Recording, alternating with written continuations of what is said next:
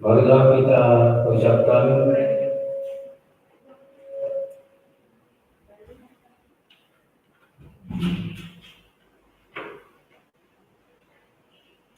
mari kita persiapkan diri kita, hati dan pikiran kita untuk memulai kebaktian kita pada hari ini sambil diiringi musik religi.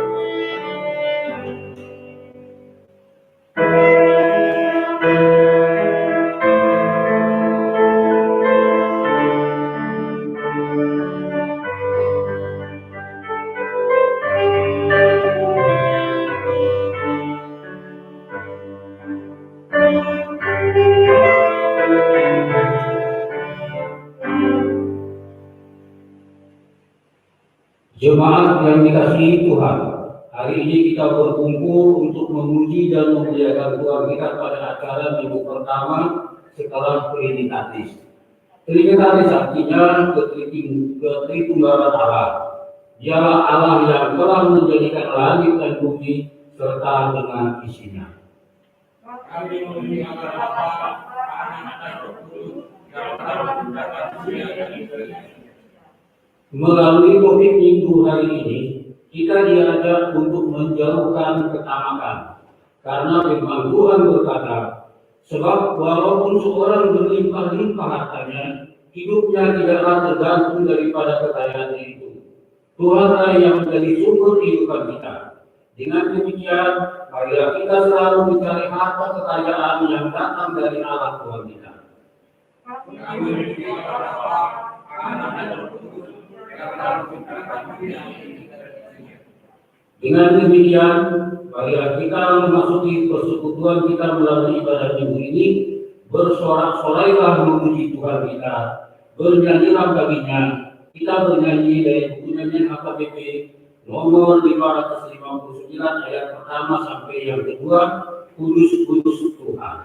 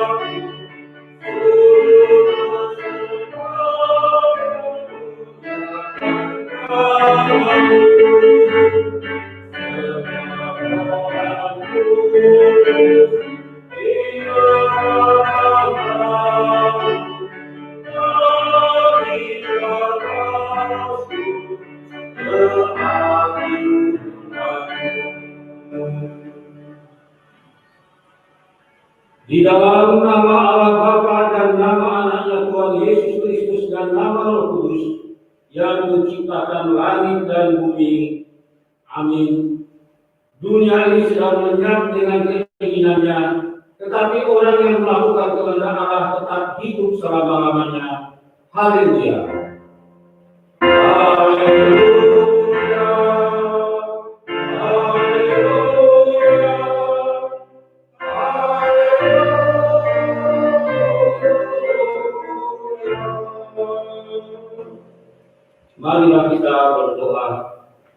Ya Tuhan Allah Bapa kami telah berhimpun di tempat ini pada hari yang Engkau kuduskan ini. Bukalah telinga dan hati kami, supaya kami dengan sukacita mendengarkan firman-Mu yang kudus, dan agar kami memelihara dan menghayati di dalam hati kami, serta penuh pengharapan berdoa kepadamu.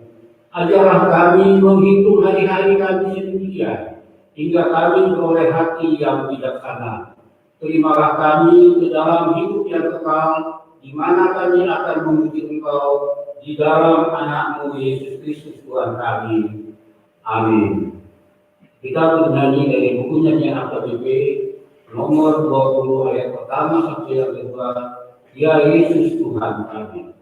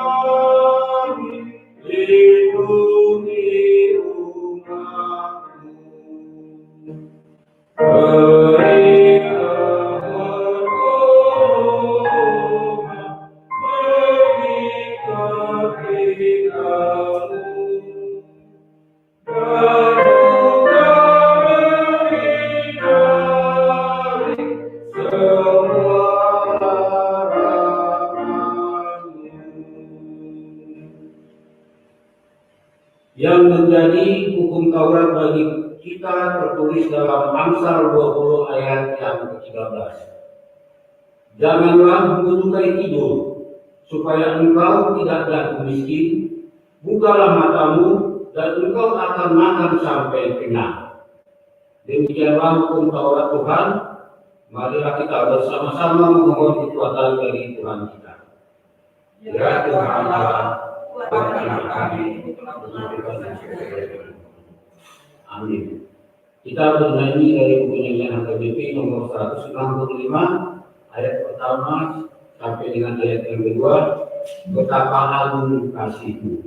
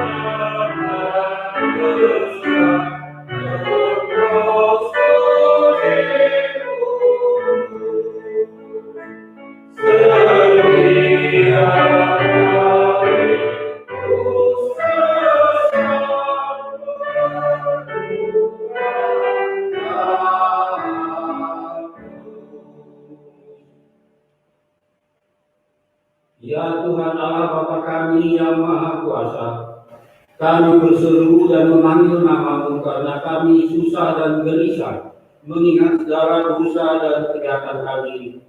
Kasihanilah kami orang berdosa ini. Ya Tuhan Yesus Kristus, Engkau telah datang ke dunia menjadi manusia, mati dan bangkit kembali serta naik ke surga untuk membela dan menyelamatkan kami. Kasihani dan kuatkanlah iman kami untuk bersyukur kepada-Mu. Ya Roh Kudus, penghibur orang yang berduka, sembuhkanlah segala penyakit dan penderitaan kami karena dosa. Tinggallah bersama kami agar kami senantiasa bergembira dan penuh gairah melakukan kehendak-Mu. Engkaulah sumber pengasihan dan pengampunan. Janganlah lupakan kami. Dengarlah doa permohonan kami, ya Allah Bapa, Anak dan Roh Kudus. Ya Tuhan kami, Anak dan Roh Kudus, kasihanilah kami. Ya Tuhan Allah kami, Allah Bapa, Anak dan Roh Kudus, Engkau tahu segalanya yang sedang terjadi pada kami. Akibat pandemi COVID-19 yang terjadi di dunia ini, Banyak dari saudara-saudara kami yang telah menjadi miskin karena harus kehilangan pekerjaan dan mata pencaharian. Ya Tuhan, jauhkanlah kami dari segala ketamakan, tetapi ajarlah kami untuk saling berbagi kepada sesama kami di dunia ini. Ya Tuhan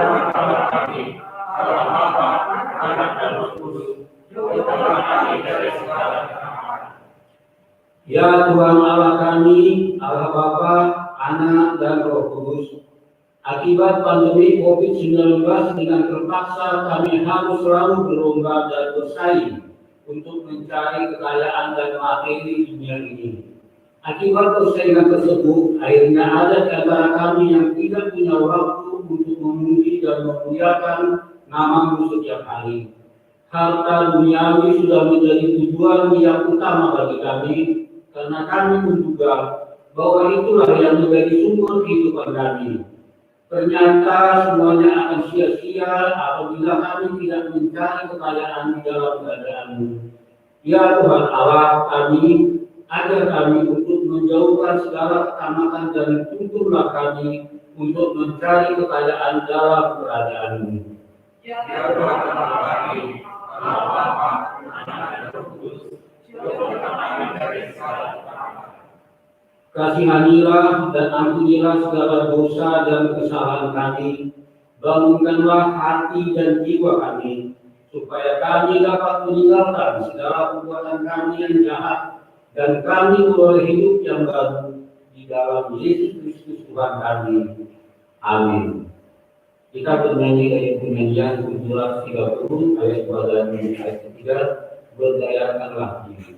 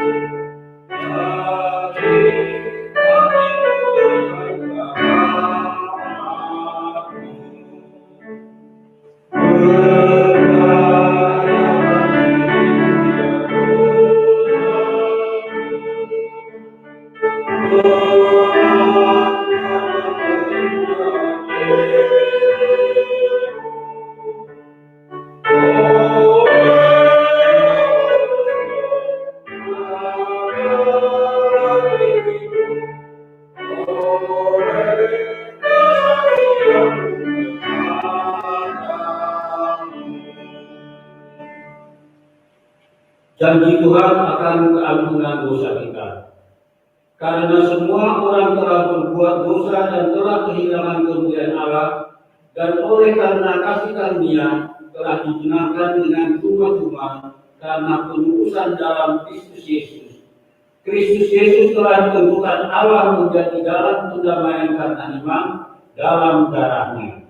Kemuliaan bagi Tuhan di tempat yang maha tinggi. Kita bernyanyi dari penyanyian HKBP nomor 690 ayat 1 dan ayat yang ketiga.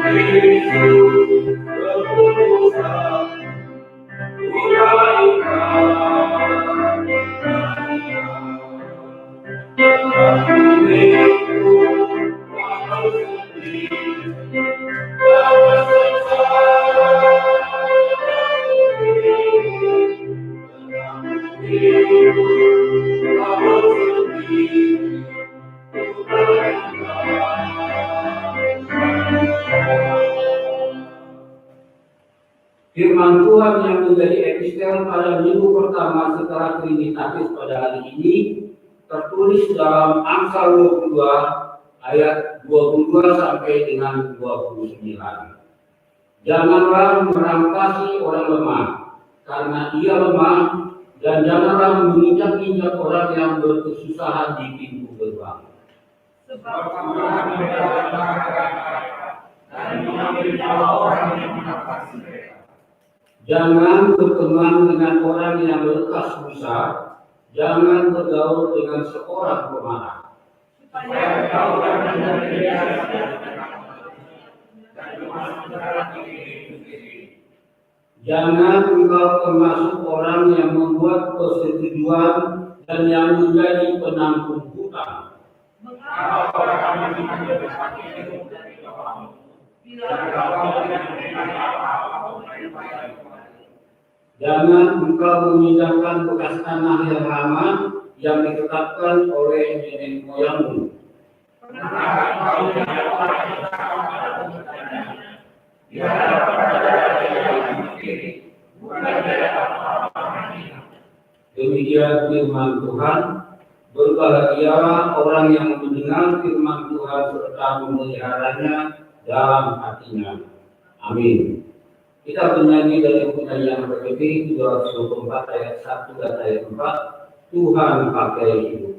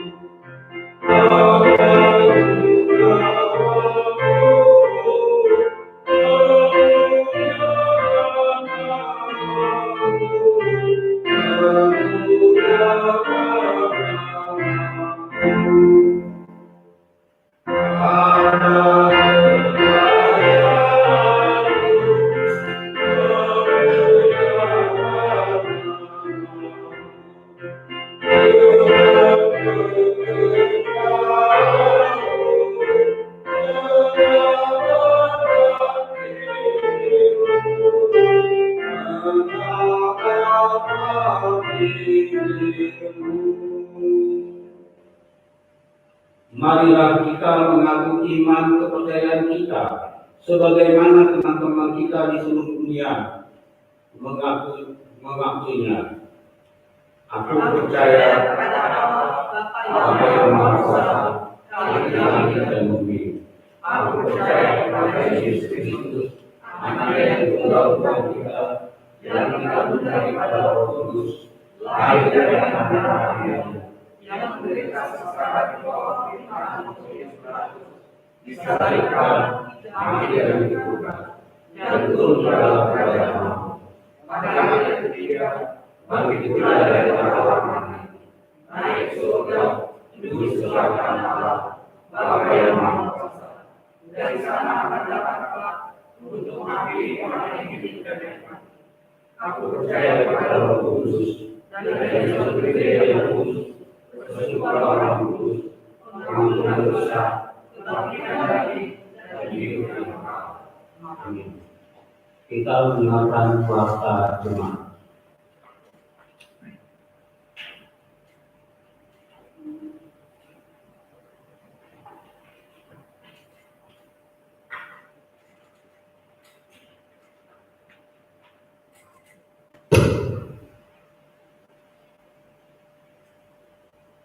Marilah kita mendengarkan warta Minggu tanggal 14 Juni 2020.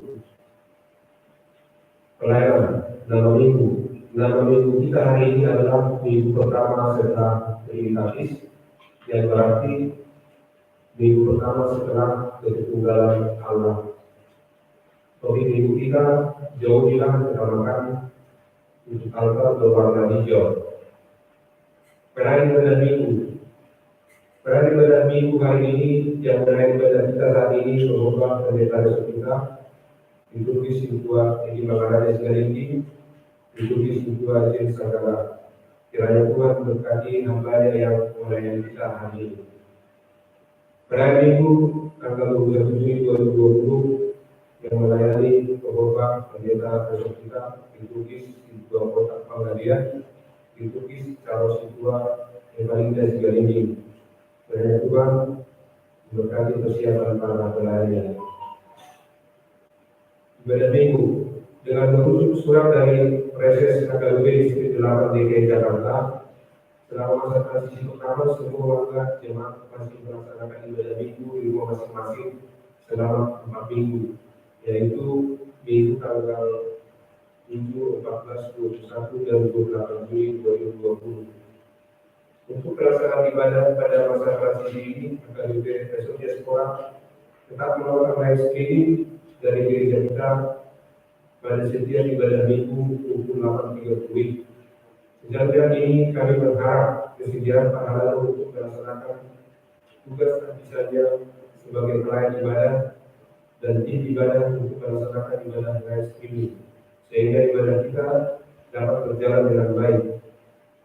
Selama proses ibadah live streaming, kami mengharapkan agar kita tetap mematuhi protokol pemerintah terkait pemutusan rantai penularan COVID-19 dengan selalu menggunakan masker, menjaga jarak, sering mencuci tangan. Demikianlah diberitahukan kepada kita semua.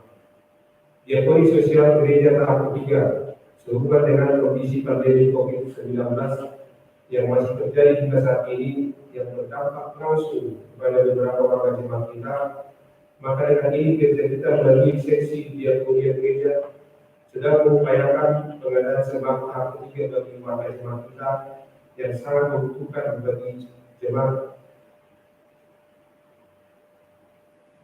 jemaat warga jemaat yang bersedia mendukung program diakoni gereja kita dapat menghubungi para lalu bendahara atau pendeta resort. Dukungan dapat diberikan berupa uang tunai atau natura. Berkolong-kolonganlah menanggung bebanmu, demikianlah kau memenuhi hukum Kristus. Galatia 6 ayat 2. Atas kesediaannya kami ucapkan terima kasih. Renungan Bauwas, KKB Distrik 8 DKI Jakarta telah mengirim renungan Bauwas sebanyak 15 eksemplar dengan harga 15.000 per eksemplar. Kami mengharapkan kiranya warga jemaat dapat memilikinya dengan membelinya melalui bendahara jemaat. Demikianlah diberitahukan kepada kita semua. Jemaat yang berulang tahun, pendeta dan para halalu KKB ulang tahun kepada semua warga jemaat yang berulang tahun periode 14 sampai dengan 20 Juni 2020. Yang pertama tanggal 16 Juni, Edward Hendrik Marasi Huta Barat. Yang kedua tanggal 20 Juni, Bapak Dedi Jordan Terlalu Bonus Galindi. Firman Tuhan bagi yang berulang tahun tertulis dalam Mazmur 19 ayat 16. Dengan panjang umur akan kukenyangkan dia dan akan kuperlihatkan kepadanya keselamatan daripadaku. Warta keuangan saldo tanggal 6 Juni 2020, uang kuliah 26 juta 438.311, uang pusat 16 juta 208.492, uang TDK 11 juta 192.400. Kemudian pemasukan untuk kuliah jumlahnya Rp450. Pengeluaran tidak ada, sehingga saldo tanggal 13 Juni untuk kuliah 26.888.311.000, untuk pusat 16.708.492, untuk PTK 11.152.500. Total 54.709.303 ditambah dengan saldo PTK 85 juta, total saldo tanggal 13 Juni 2020 139.749.303. Topik 2 minggu ini, mari kita mendoakan satu pandemi virus corona yang akan dapat ditangani pemerintah. Kemudian kedua, Abang Terkas Mamupang. Ketiga, Sumber Air Maluku Manusia Puri. Keempat, Menjadi Ketua Hamzah Barat Polisi Mamupang. Kelima, Profesor Dr. Mukhtar Papahar. Keenam, Mesin Kasibuya. Ketujuh, Asidaga Popon Kanando. Kedelapan, Bapak S. Daud Polisi Pohang. Kesembilan, Bapak Huta Barat Bunda Babat Kawat Jalan di Mana Pasogin. Dan ke-10, Gio Pedro, putra dari Bapak Albert Hasibuan. Terpujilah Allah Bapa kita, Anak dan Tuhan Yesus Kristus, dan Persekutuan Roh Kudus yang menyertai kita setiap hari, marilah kita dan pulang dengan damai sejahtera. Amin.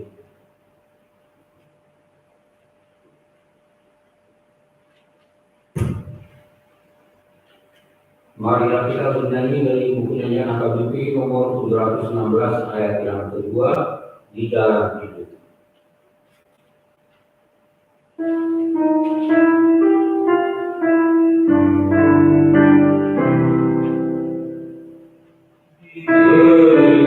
Beritakanlah Yesus Tuhanmu, Sang Juru Selamat dunia. Harap percaya pada Tuhanmu, kau salurkan berkatnya.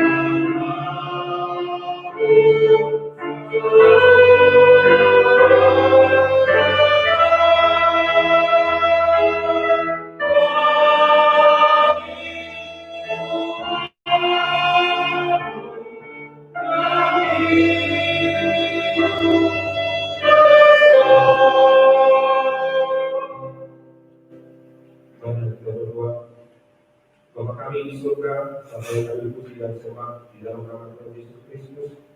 Saat ini kami datang ke hadapan Bapa mengucap puji syukur atas semua karunia yang Kau berikan kepada kami, di mana saat ini kami Tuhan bisa berkumpul di rumah yang kudus ini untuk bersekutu, memuji, memuliakan nama-Mu. Ya Tuhan, terima kasih untuk semuanya kesehatan yang Kau berikan kepada kami, masih bisa berkumpul pada saat ini. Dan Tuhan, kami juga berdoa khususnya buat semua jemaat KPD Semora yang tidak bisa hadir pada saat ini, kami bisa mengikuti ibadah ini di rumah maupun dengan aktivitas yang lain Tuhan. Tuhan lalu berkati kami semua Tuhan dalam setiap aspek kehidupan kami Tuhan. Sertai kami Tuhan, khususnya di dalam menghadapi pergumulan yang kami hadapi sekarang ini pada masa pandemi COVID-19 ini. Kiranya Kau menguatkan kami Tuhan, agar kami tetap setia kepada-Mu. Kami percaya bahwa Tuhan akan memberi kekuatan, memberi solusi bagi setiap kehidupan kami ya Tuhan. Ya Tuhan, khususnya di DKI Jakarta ini, begitu banyak Tuhan orang yang terpapar virus corona. Kami mohon agar Tuhan senantiasa melindungi, menjaga mereka khususnya yang terpapar virus ya Tuhan, agar mereka bisa sembuh pada waktunya. Demikian juga Tuhan di dalam lain di negara kami ini, di Indonesia maupun di belahan dunia yang lain Tuhan. Tuhan yang bekerja Tuhan untuk memberikan kesembuhan dan pemulihan pada pasien-pasien yang terpapar oleh virus corona. Demikian juga kami Tuhan berdoa khususnya buat para peneliti atau tenaga ahli yang sedang berusaha untuk menemukan vaksin untuk memberantas atau melenyapkan virus ini. Kau berkati mereka semua Tuhan. Dan juga kami khususnya berdoa buat para tim medis, para dokter dan perawat. Kau kiranya memberikan kekuatan, ketabahan kepada mereka, dan juga agar bisa bekerja dengan tenang. Kau berikan keikhlasan kepada mereka dan juga menjaga mereka agar mereka senantiasa sehat dan kuat agar dapat menjalankan tugasnya dengan baik.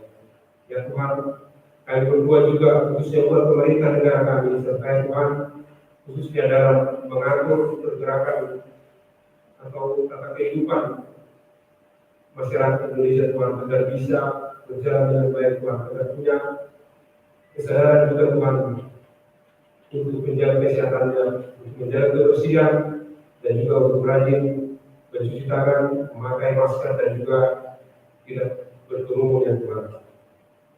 Kami juga Tuhan berdoa khususnya buat gereja kami Tuhan, KPD Diaspora.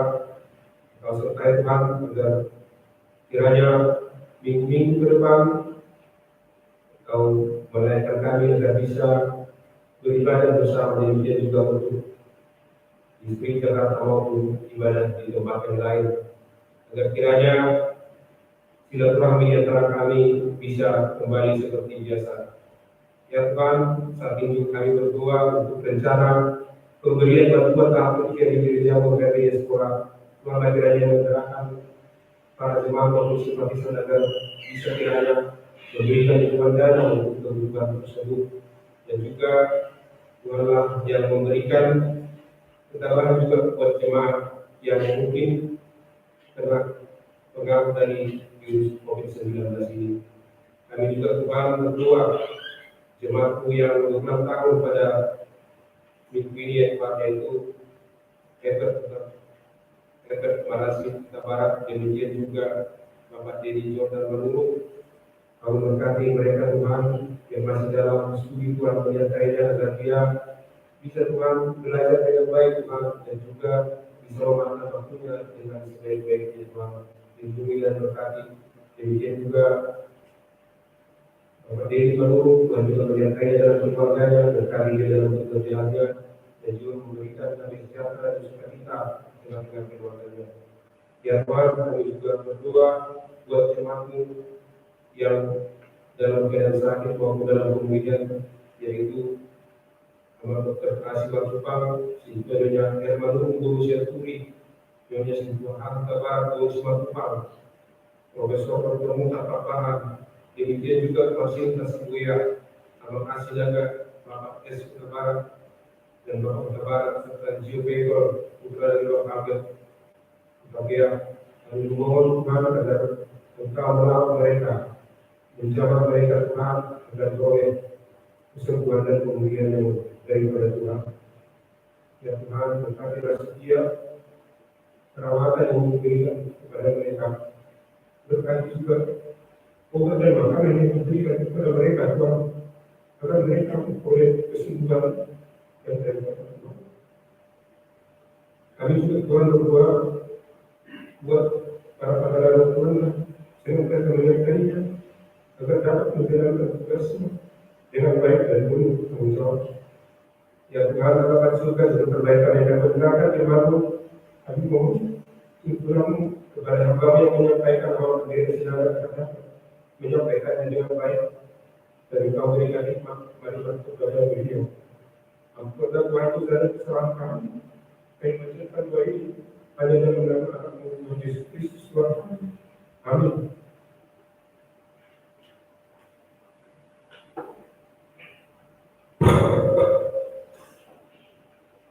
Marilah kita menyanyi dari bukunya Jana KBP nomor 270 ayat pertama sampai yang kedua. Yesus aku milikmu.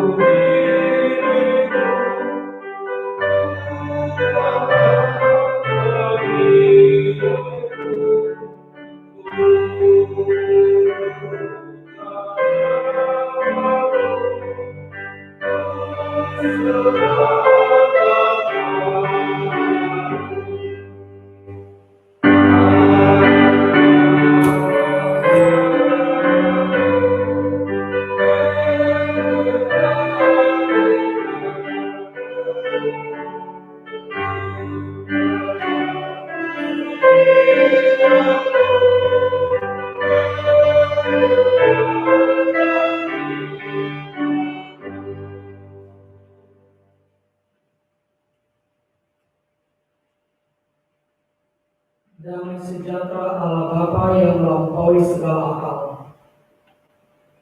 kiranya memelihara hati dan pikiran saudara-saudara sekalian di dalam Kristus Yesus Tuhan kita. Amin. Jemaat yang diberkati Tuhan kita Yesus Kristus, firman Allah yang menyapa bagi kita hari ini dalam minggu pertama sesudah Trinitatis, tertulis dalam Injil Lukas pasalnya yang ke-12, diawali dari ayat yang ke-13 sampai dengan ayat yang ke-21. Saya akan membacakannya bagi kita semua.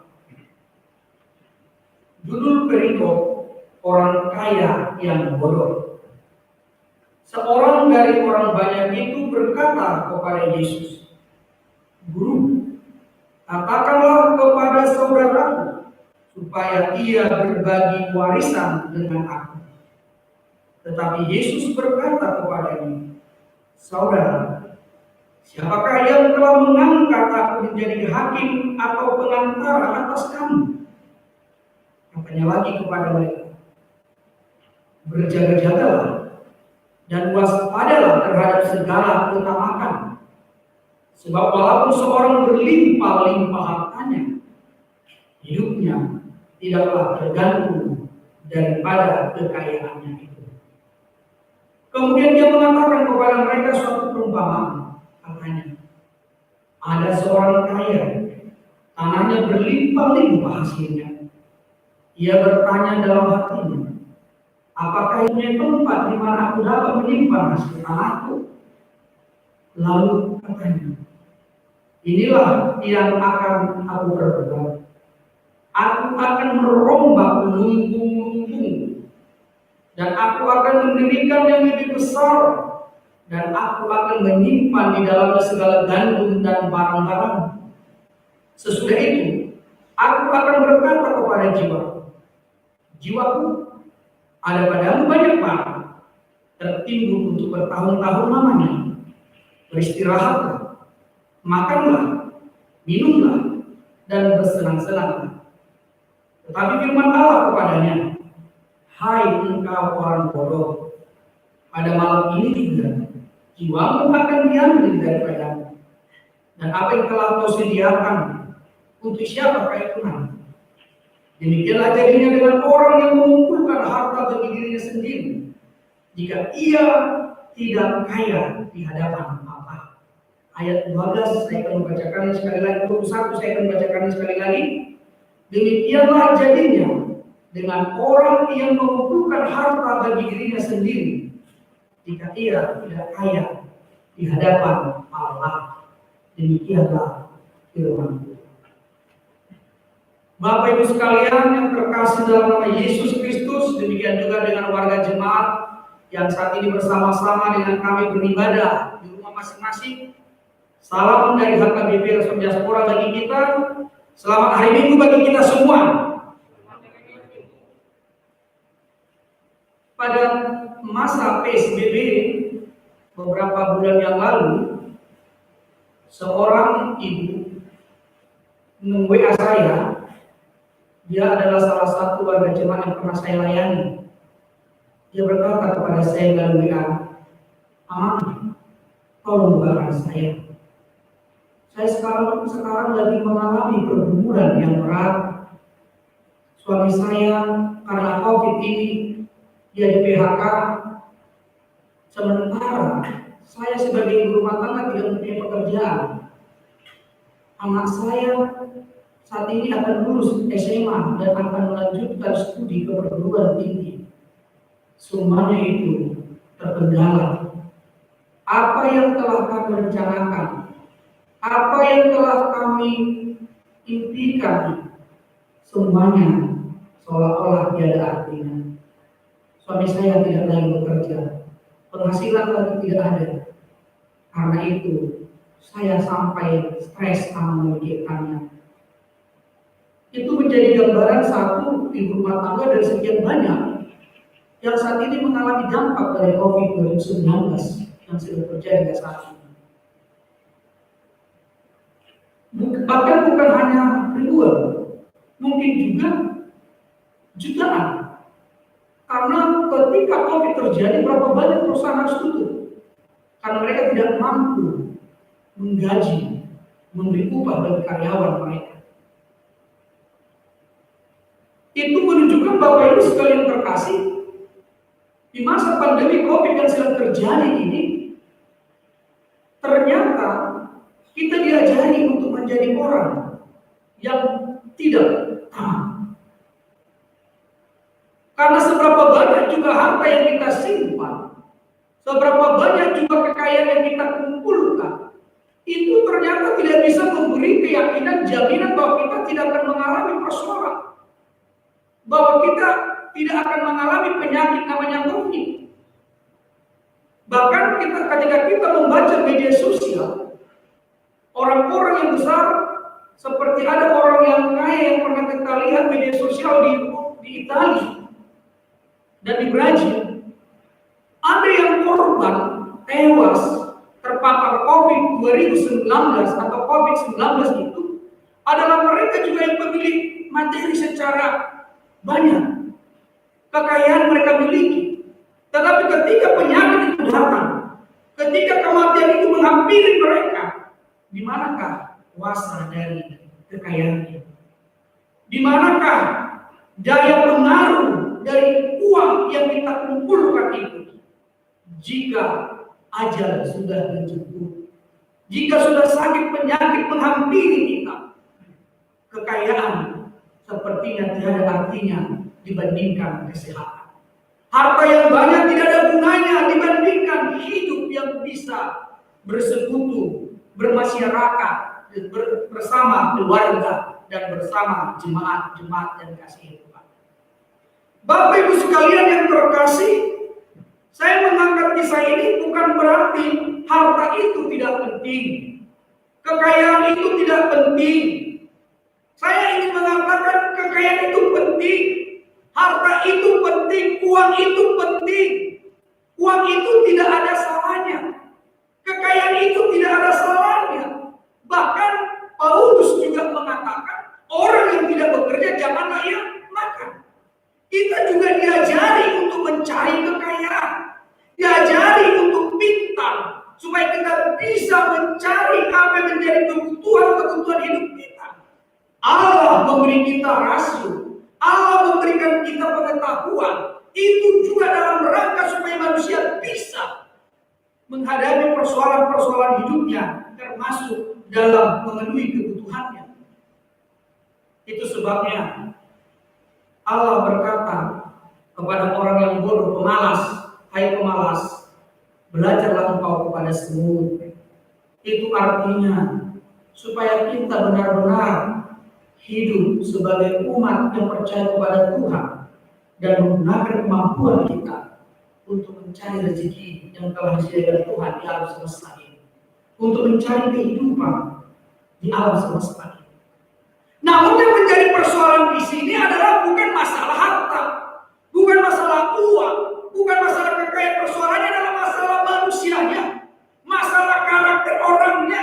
Manusia yang sudah berdosa menggunakan, memanfaatkan harta itu bukan untuk memuliakan nama Tuhan, bukan untuk membangun solidaritas kepada sesama, tetapi justru untuk memperkaya diri sendiri, dan juga digunakan kekayaan itu menggeser otoritas Tuhan dalam kehidupannya, seolah-olah yang menjadi kekuatan dalam hidupnya bukan lagi Tuhan, tetapi banyaknya harta, banyaknya uang deposito, banyaknya kekayaan yang dimiliki, seolah-olah dia berada di sana. Harta kekayaan itu dia gunakan menggeser posisi ilahi, menggeser posisi Tuhan, sehingga harta yang diperilah, harta diberhalakan. Mengapa hal itu bisa terjadi, Bapak Ibu sekalian, saudara-saudariku? Karena di balik harta memang ada tawaran kenikmatan, ada tawaran kuasa, ada tawaran kebahagiaan, ada tawaran kedamaian. Memang ada di sana, tapi kita harus tahu itu hanya bersifat sementara. Oleh karena itu, Bapak Ibu sekalian yang terkasih, khotbah kita hari ini adalah kritik Yesus kepada orang Yahudi, kepada orang banyak yang mendengar khotbahnya pada saat itu dan sampai saat ini bagi kita. Dia mengkritik bukan masalah harta itu, tapi masalah karakter ketamakan manusia yang digambarkan di sini dengan seorang yang bertanya kepada Yesus dan meminta kepada Yesus dengan berkata di ayat yang ke-13, "Guru, katakanlah kepada saudaraku supaya berbagi warisan dengan aku." Berarti ada persoalan di tengah-tengah keluarga di mana ada pihak saudara, kakak atau adik, seolah-olah pembagian harta warisan itu tidak adil atau sama sekali dia tidak memperoleh harta itu sehingga dia protes dan datang kepada Yesus. Mengapa dia datang kepada Yesus? Memang pada saat itu Yesus diakui sebagai rabi, orang yang memiliki wibawa, orang yang disegani. Kalau Yesus ini saya suruh nanti mengatakan kepada kakak saya, abang saya membagi harta, mungkin abang saya akan mau berbagi dengan saya. Tetapi yang menjadi persoalan bukan pertanyaan permintaan itu yang diberikan oleh Yesus. Tapi Yesus melihat ada apa di balik itu. Berarti ada persoalan masalah harta warisan. Ada orang yang merasa lebih berhak di harta warisan itu sehingga tidak berbagi dengan orang atau adiknya atau keluarga yang lain. Atau dia berbagi tapi tidak sesuai dengan harapan. Atau ketiga juga ada ketamakan di sana. Hak-hak orang lain dihilangkan. Dia merasa bahwa dia memiliki harta itu sebagai orang yang tertua atau orang lain yang menuntut. Sehingga dia merasa di sana menjadi persoalan adalah ketidakadilan pembagian harta itu. Tapi Yesus melihat justru dari yang lain. Ada hal yang dilihat Yesus. Persoalan bukan harta warisan. Persoalan karakter kakak adik berdua. Kerakusan, ketamakan yang terjadi. Sang kakak yang tidak mau berbagi harta, yang tanam pada harta itu bukan miliknya, itu adalah warisan. Sang adik juga itu bukan hartanya, itu adalah warisan. Tapi dia menuntut supaya dia mendapat. Padahal itu bukanlah jerih payah atau yang mereka cari. Anugerah, warisan yang diberikan oleh orang tua mereka. Mereka tidak bisa berbagi dengan kakak adik. Oleh sebab itu Yesus berkata, menjawabnya, saudara, siapakah yang telah mengangkat aku menjadi hakim atau pengantara atas kamu? Berjaga-jagalah, waspadalah terhadap segala ketamakan. Sebab walaupun seorang berlimpah-limpah pada hartanya, hidupnya tidaklah tergantung daripada kekayaan. Kenapa justru Yesus menggunakan perspektif lain menjawab pertanyaan atau permintaan orang itu? Yang pertama, harta warisan itu adalah masalah keluarga. Jangan sampai-sampailah sama orang lain, pihak ketiga. Kalau itu sampai kepada pihak ketiga berarti membuktikan mereka itu tidak bisa satu. Saya pernah juga mendengar ya, saya tidak tahu benar atau ada juga di sini. Saya pernah mendengar itu dalam suatu pelayanan saya waktu di daerah sini. Bertengkar, kakak adik hanya berbagi harta warisan, dan yang uniknya sampai ke gereja. Kemudian setelah gereja sampai, orang tuanya itu dulu bilang ini ada bagian dari gereja nanti. Tapi setelah orang tuanya itu meninggal, keturunannya tidak ingat ikut janji orang tuanya yang tertulis itu. Akhirnya apa? Yang sudah ada pembagian dari gereja untuk syukur itu juga tidak ada. Kakak adik itu juga bertengkar di masing-masing sehingga mereka lupa apa yang sudah janji orang tuanya. Itu kasus pertama saya ada. Yang kedua, ada juga seorang ayah ketika dia ingin mau membagi harta warisan saya dipanggil, aman. Padahal itu bukan jemaat KBP, jemaat Katolik. Apa saya boleh? Anak saya ada di sini. Saya punya harta tanah sekian luas saya sudah minta. Saya minta kepada dia, gimana sih supaya benar membagi harta? Saya ajari sama dia. Yang pertama, kalau kamu membagi harta, apa yang mau kamu kasih? Itu bukan hati, tapi ada dasarnya. Kenapa kamu kasih? Tidak salah kalau laki-laki dan perempuan itu memiliki sama dengan perkembangan tertentu. Yang kedua, selama kamu hidup, jangan menjadi hak milik mereka. Tidak hak pakai. Nanti kalau kamu sudah meninggal baru menjadi hak milik mereka. Dan itu dilakukan amal itu, dikumpulkan semua keluarganya, dikumpulkan semua anaknya, satu persatu, dia langsung ngomong. Bagian ini. Jangan ada yang protes. Karena ini bukan yang kalian cari. Ini harta saya. Siapa yang peduli kepada saya, jangan sakit hati kalau samanya yang lebih banyak yang saya berikan. Itu menjadi kebahagiaan aman. Sampai sekarang itu keluarga itu aman. Dan saya menjadi saksi di situ dalam pembagian harta besar. Itu yang mau saya katakan Bapak Ibu sekalian, janganlah kiranya ketidakkompakan satu keluarga menyebabkan orang lain intervensi dalam mengambil kebijakan di tengah-tengah keluarga. Dan yang uniknya, ada orang juga mengundang orang lain, pengacara lain, tapi memang sudah ada di sana suap. Kalau kamu memenangkan kasus saya, ada jatah nanti akan saya kasih selama sekian persen. Dan di sini dimanfaatkan orang lain juga untuk mengelola kekayaan harta warisan yang bukan miliknya. Karena di sana terbukti dimungkinkan ketamakan kerakusan akan harta warisan. Oleh sebab itu, Bapak Ibu sekalian, yang menjadi persoalan di sana bukan masalah harta warisan itu.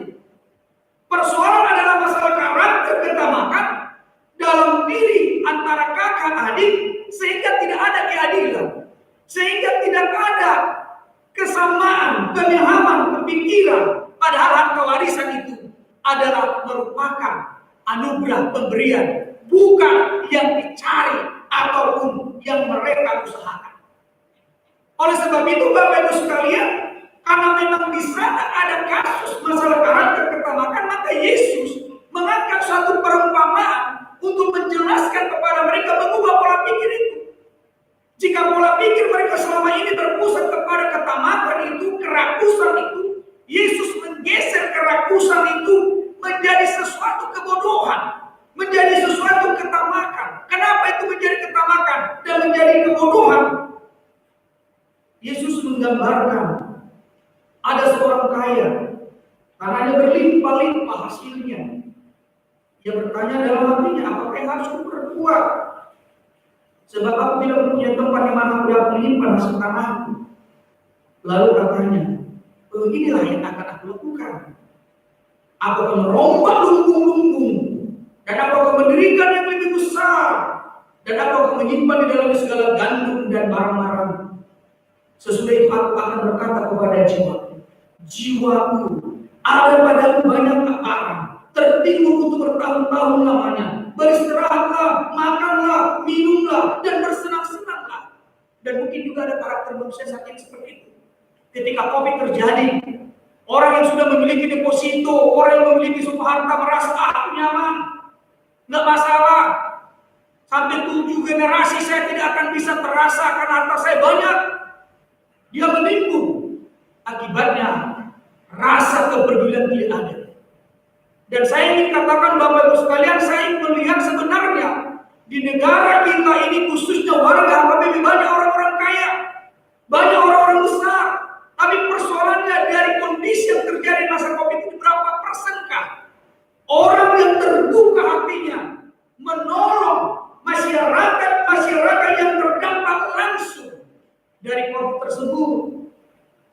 Negara memang memprogramkan dari bidang Kemensos membantu, tapi adakah ketergerakan orang-orang tertentu yang memiliki yang banyak, peduli kepada mereka yang terdampak langsung?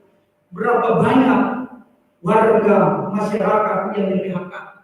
Berapa banyak mereka yang harus dirumahkan, yang selama ini pendapatan mereka pas-pasan?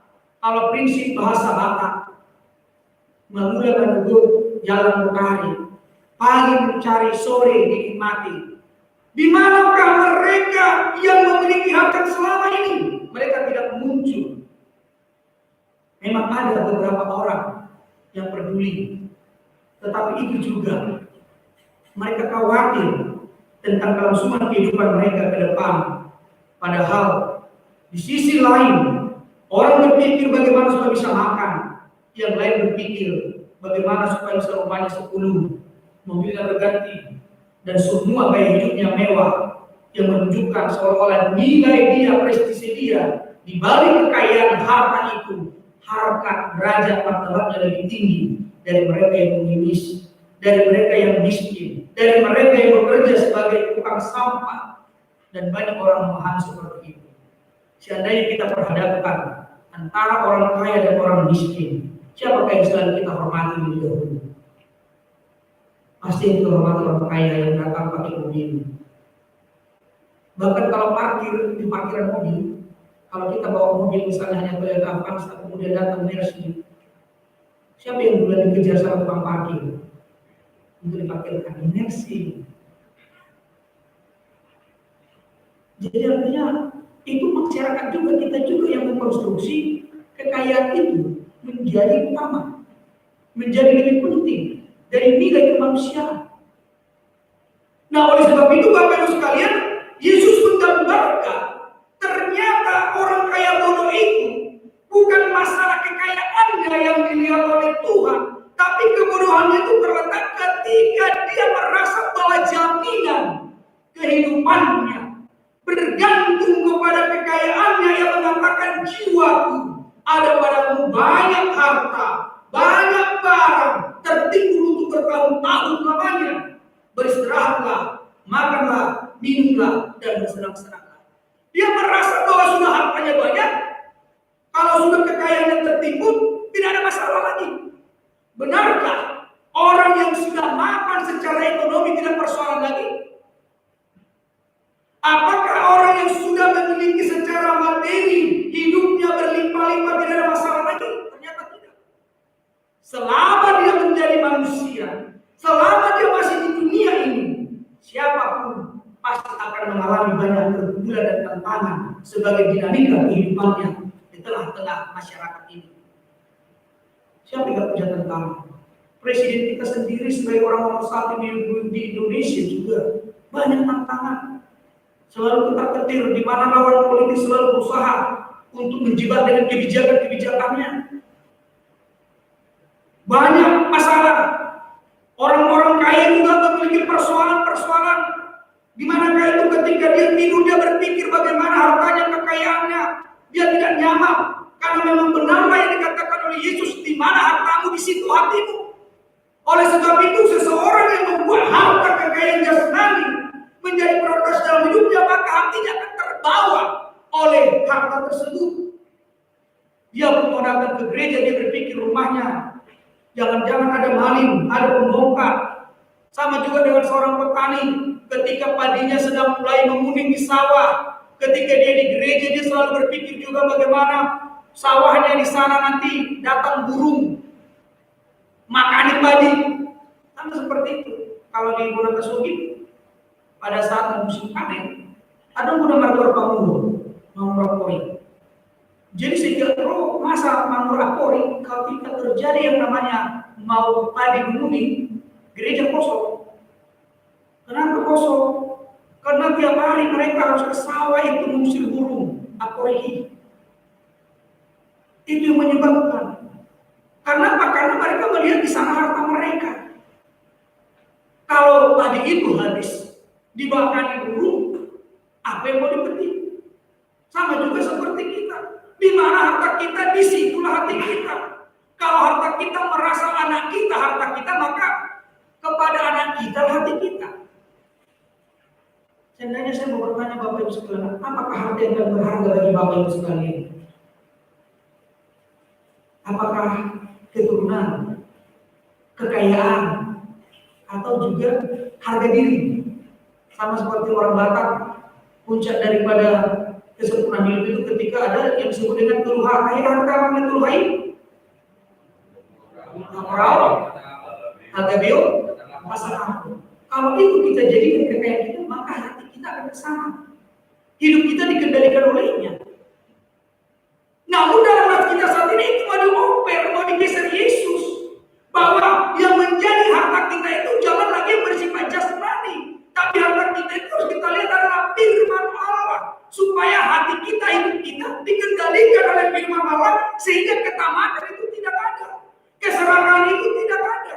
Itu sebabnya respon Yesus secara tidak langsung menjawab orang banyak, termasuk lelaki yang bertanya kepada Yesus seperti ini, hai engkau orang bodoh, pada malam ini juga jiwamu akan diambil daripadamu, dan apa yang telah kau sediakan untuk siapakah itu nanti?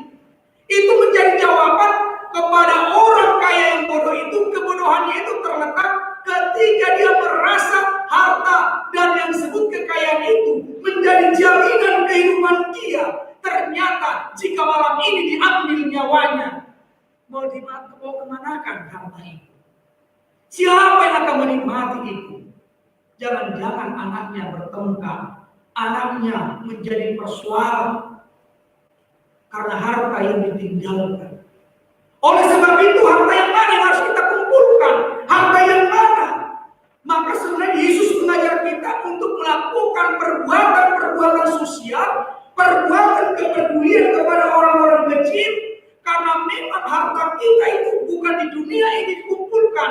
tetapi mengumpulkan harta di surga.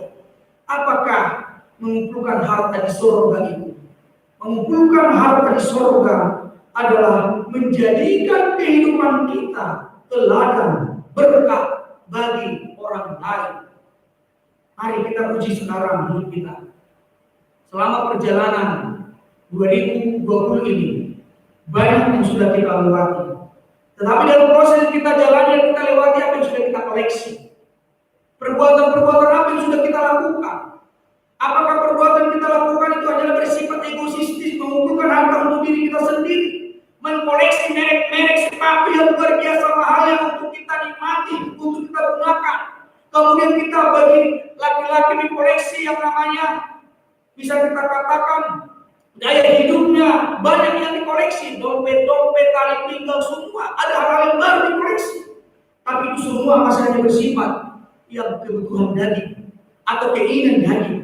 Tetapi saat ini kita mau diajari bagaimana kita mengkoleksi kepedulian, menjadi orang yang kaya di hadapan Tuhan. Menjadi kaya di hadapan Tuhan adalah orang yang menggunakan kekayaan yang dimilikinya, hartanya untuk peduli bagi orang lain, untuk mempedulikan orang-orang yang kecil. Itulah orang kaya. Orang kaya bukan terletak dalam harta, tetapi orang kaya adalah kemurahan hati, menolong, memberi, bukan karena banyak atau kecilnya yang diberi, tetapi karena Allah bekerja di dalam hatinya sehingga dia kaya akan perbuatan-perbuatan baik. Jadi kekayaan kita saat ini bukan uang, bukan materi, tapi kekayaan kita adalah perbuatan baik. Kayalah dengan perbuatan baik. Jangan hanya mengumpulkan untuk diri sendiri.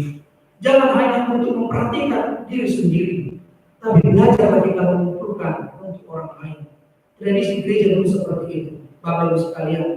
Ketika kalau tidak salah sekali seminggu, setiap makan mau masak nasi, selalu ada masih tradisi sedangkan beras, mau makan atau mau memasak beras itu satu gantang disisihkan. Kemudian yang berikutnya disisihkan. Setelah beberapa bulan dikumpulkan, diberikan kepada mereka yang miskin atau berada kepada mereka yang kecil. Saya tidak tahu apakah kita masih bisa kita budayakan seperti itu. Menyisihkan rezeki yang kita terima dari Tuhan. Sebenarnya ada dua pemahaman tentang harta yang kita miliki. Yang pertama, ada harta yang kita miliki karena kita menganggap itu adalah karena kemampuan kita, karena usaha saya sendiri. Orang yang menganggap bahwa kekayaan itu miliknya sendiri, maka dia akan cenderung pelit. Karena orang yang miskin dianggapnya adalah karena orang bodoh, orang yang tidak mau kerja. Padahal dalam konteks kita saat ini banyak sistem yang membuat kita menjadi miskin. Kita seperti petani yang pernah saya layani, hasil pertaniannya bagus, berlimpah ruah. Tapi menjadi persoalan adalah biaya produksi mereka lebih mahal daripada biaya penjualan itu. Hasilnya pupuk mahal, pestisidanya mahal. Ketika mereka panen, tomatnya turun jatuh harga. Itu sebabnya dulu ada satu lagu yang di jemaat itu, sayur kubis jatuh harga. Itu adalah pergumulan itu di tanah karo. Itu adalah ciptaan dari orang karo. Karena memang pada saat itu mereka sudah capek bekerja, harga pupuk begitu mahal, panennya berlimpah ruah, tapi harganya tidak ada. Bahkan ada, saya alami dulu satu jemaat, dia berkali kol sampai 2 hektar karena lebih mahal biaya memanen daripada harga kol, sehingga kolnya itu dibusukkan menjadi kompos. Dia tidak petik lagi. Bayangkan Bapak Ibu sekalian, jika dia kol itu harganya pada saat itu hanya 150 perak, 50 rupiah 1 kilo. Sementara satu orang bekerja satu hari itu 25.000. Dia harus mengambil 10 orang untuk memanen. Kalau kita bayangkan itu dengan harganya 150 perak, berarti berapa kilo satu orang mengumpulkan untuk panen itu? Tidak ada lagi sama dia. Dia bilang, udah lama, saya busukkan aja kol itu, supaya dia bisa menjadi kompos. Saya akan menanam kentang tahun depan. Itu adalah gambaran sebenarnya. Faktor yang membuat kita miskin itu bukan karena kebodohan saja, bukan karena kemalasan, tapi ada sistem yang membantu kita sehingga kita menjadi miskin. Apalagi peraturan-peraturan kadang-kala di negara kita yang hanya mengutamakan orang-orang pemilik modal, kaum kapitalis. Itu yang menjadi persoalan ketika diberlakukan undang-undang privatisasi. Sebenarnya itu lahan negara, hutan itu milik negara, perkebunan itu milik negara. Tapi ketika muncul undang-undang privatisasi, menyebabkan kaum kapitalis bisa mengklaim milik mereka. Bahaya Bapak Ibu sekalian.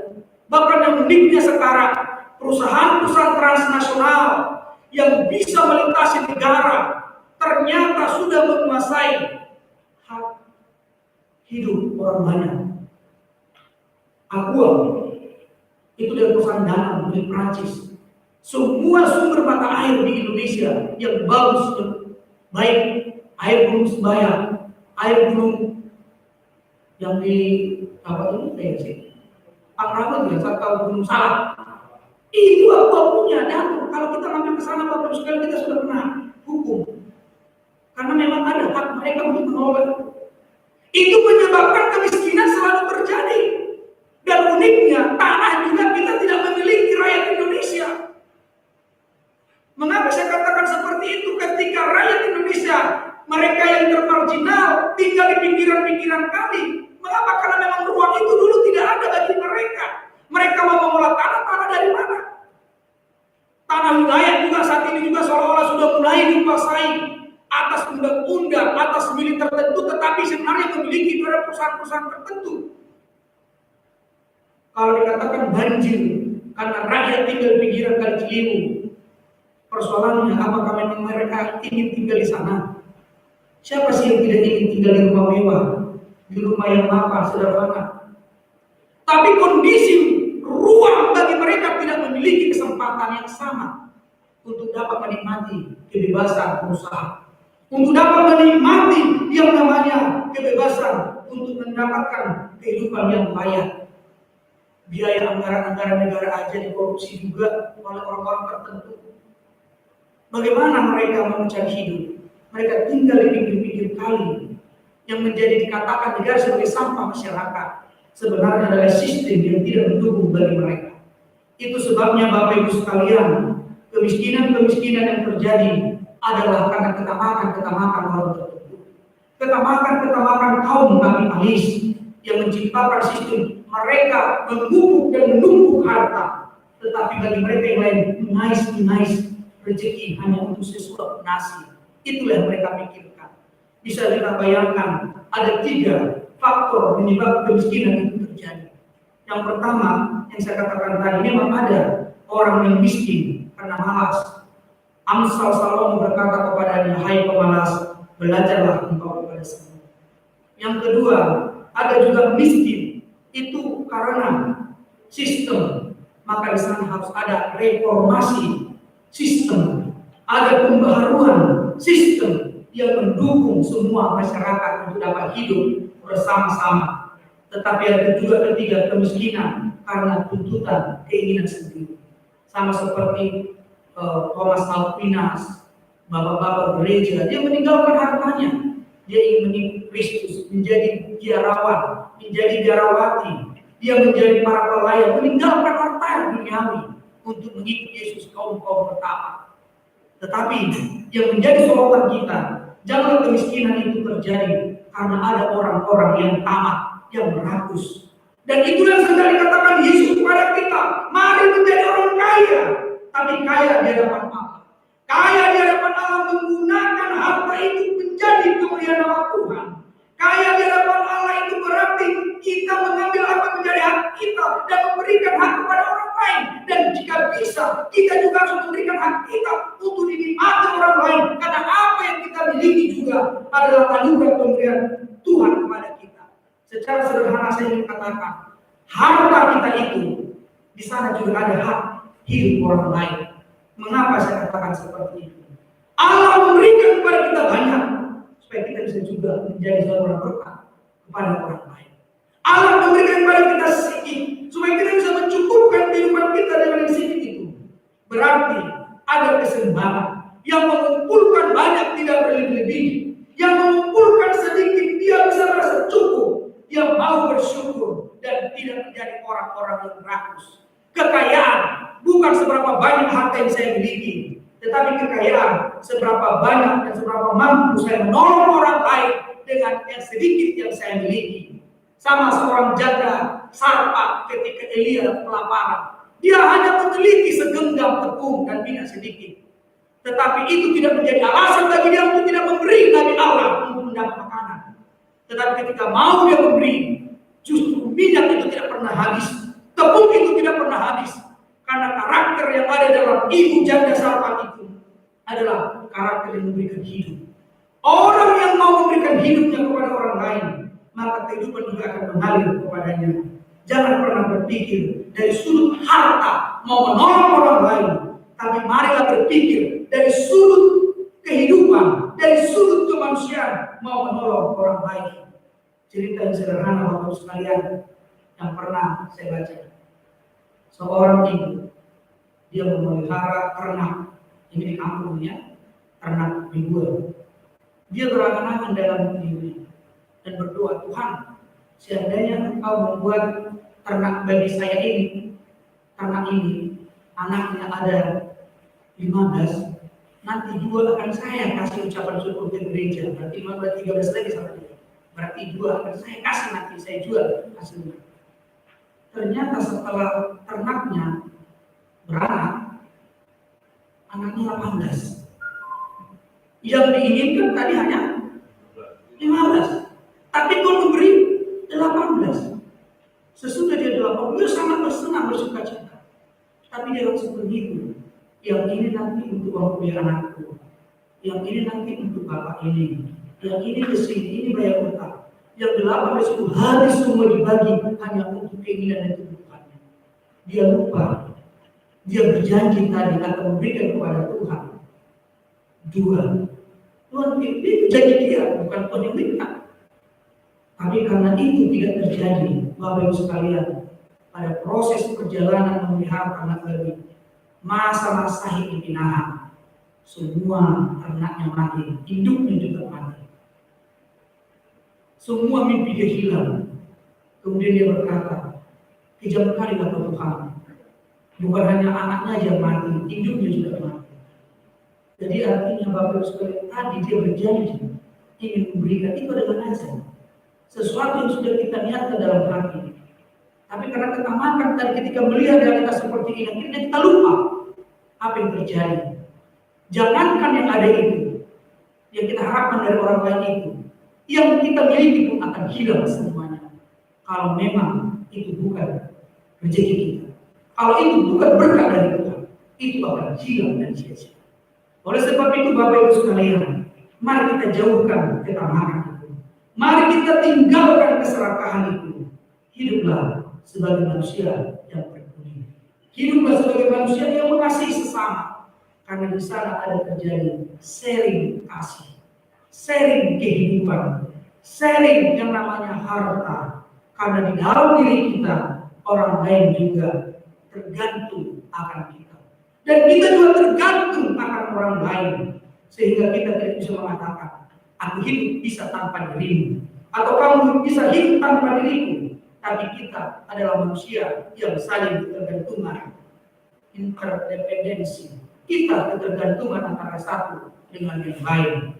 Oleh sebab itu, kita harus menyadari, saya adalah satu orang, satu individu dari banyak individu, di mana saya harus melekat di tengah-tengah komunitas sebagai satu kesatuan. Kita tidak boleh peduli hanya dengan kita. Belajarlah mengkoleksi perbuatan baik dari orang lain. Amin. Kita berdoa. Terima kasih kami ucapkan kepada Tuhan. Engkau mengajarkan kami supaya menghindari sifat ketamakan, mengumpulkan harta hanya untuk diri sendiri.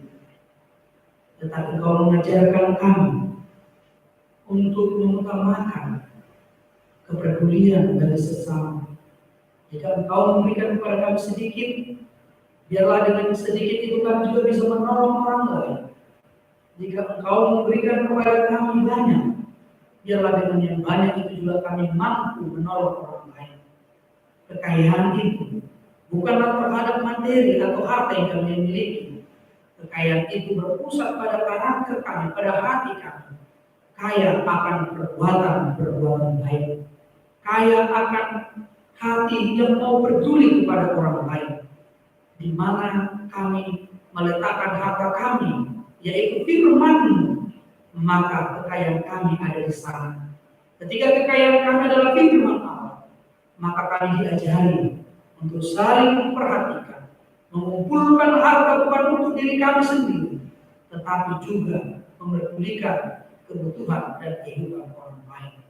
Engkau memberkati semua warga jemaat-Nya, Tuhan.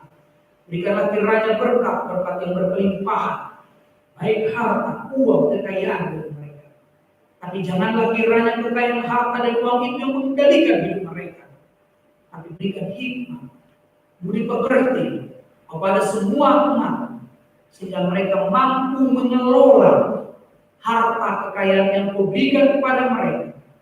Dan bukan hanya mengelola, ya Tuhan, berikan kesempatan juga bagi mereka menikmati harta itu untuk melakukan perbuatan baik, membangun iman kepercayaan mereka kepada Tuhan, membiarkan Tuhan dengan mau berbagi, peduli kepada warga jemaat yang lain ataupun masyarakat di sekitarnya. Tuhan, HKBP Saling Balasuri Diaspora Warga Jemaat memprogramkan, yaitu pemberian sembako tahap ketiga bagi warga jemaat yang saat ini masih berdampak COVID-19. Biarlah kekayaan hati kami yang berbicara, sehingga secara materi juga itu akan terpenuhi. Ketika kami mau saling mendukung, melihat dan peduli akan penderitaan orang lain, itu bisa kami bayangkan adalah menjadi penderitaan kami juga. Karena Engkau telah menyatukan kami sebagai anggota tubuh Kristus, di mana orang bersuka cita, maka kami turut bersuka cita. Di mana mereka mengalami pergumulan ataupun menangis, kami juga turut terpanggil berduka, menangis dan bergumul karena penderitaan yang mereka alami. Biarlah Tuhan, firman-Mu ini yang menguatkan kami, memampukan kami, supaya kami menghindarkan diri, menjauhkan diri kami dari ketamakan, kerakusan, dan keserakahan. Bangunlah jiwa kami, ya Tuhan. Bangunlah karakter hidup kami menjadi anak-anak Tuhan yang mengasihi, pemurah, dan peduli kepada semua orang. Dalam Kristus Yesus kami berdoa dan memohon dalam nama-Mu. Amin. Kita mengumpulkan persembahan kita dengan bernyanyi dari kidung buku nyanyian HKBP nomor 691 ayat 1 dan 2 sambil mengumpulkan persembahan.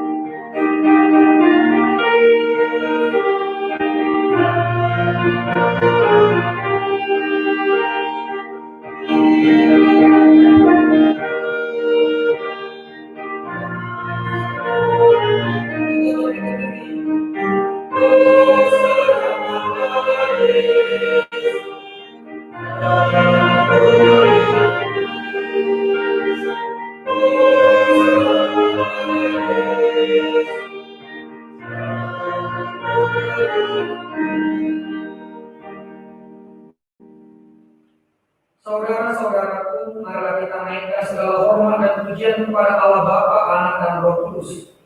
Dialah Allah yang telah menjadikan kita dan yang memelihara hidup kita setiap hari. Dialah yang menyediakan bekal hidup kita di dunia ini dan yang menuntun perjalanan hidup kita.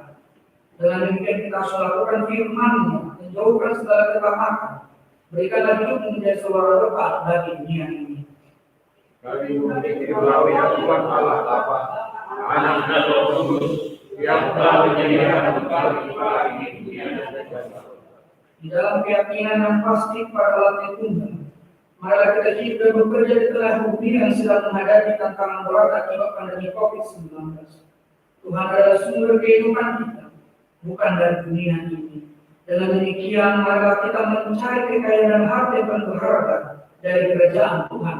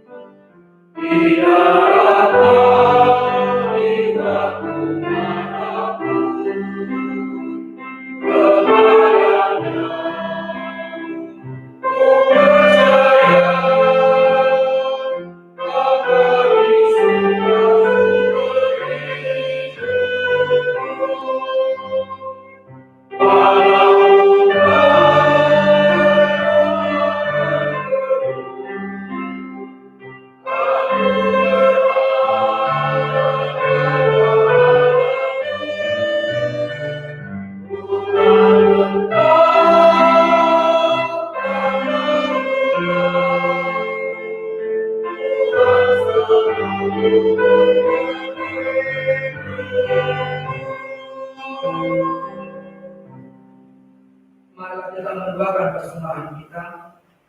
Ya Allah Bapa kami yang di surga, kami mengaku bahwa Tuhan adalah sumber dari segala karunia yang melimpah dalam kehidupan kami masing-masing. Sebagian daripada kami serahkan kembali sebagai persembahan kepada Tuhan. Terimalah berkat persembahan umat-Mu itu, agar dapat kami pergunakan untuk pekerjaan dan pelayanan kerjaan Tuhan di dunia ini. Bukan hati kami untuk mengenal betapa banyak berkat dan karunia yang kami peroleh dari Tuhan. Supaya kami senantiasa bersyukur kepada-Mu. Di dalam nama Yesus Kristus Tuhan kami. Amin.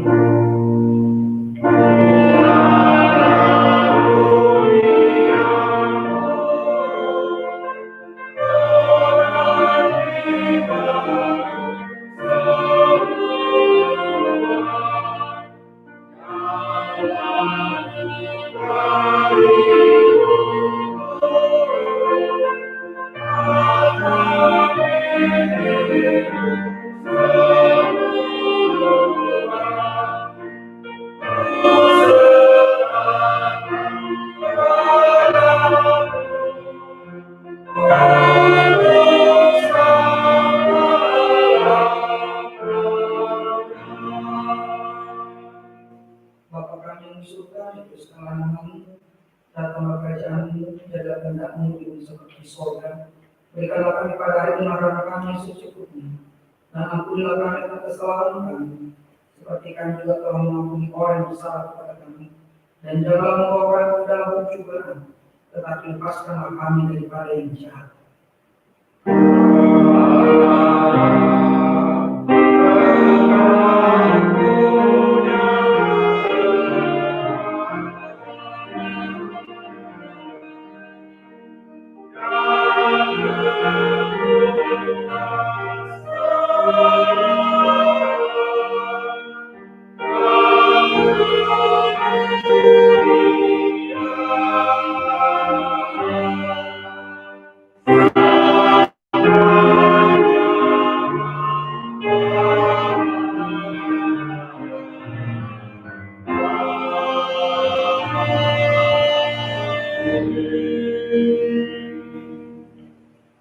Terimalah berkat Tuhan Allah Bapa kita. Tuhan memberkati engkau dan melindungi engkau. Tuhan menyinari kau dengan wajah-Nya dan memberi kau kasih karunia. Tuhan menghadapkan wajah-Nya kepadamu dan memberi engkau damai sejahtera.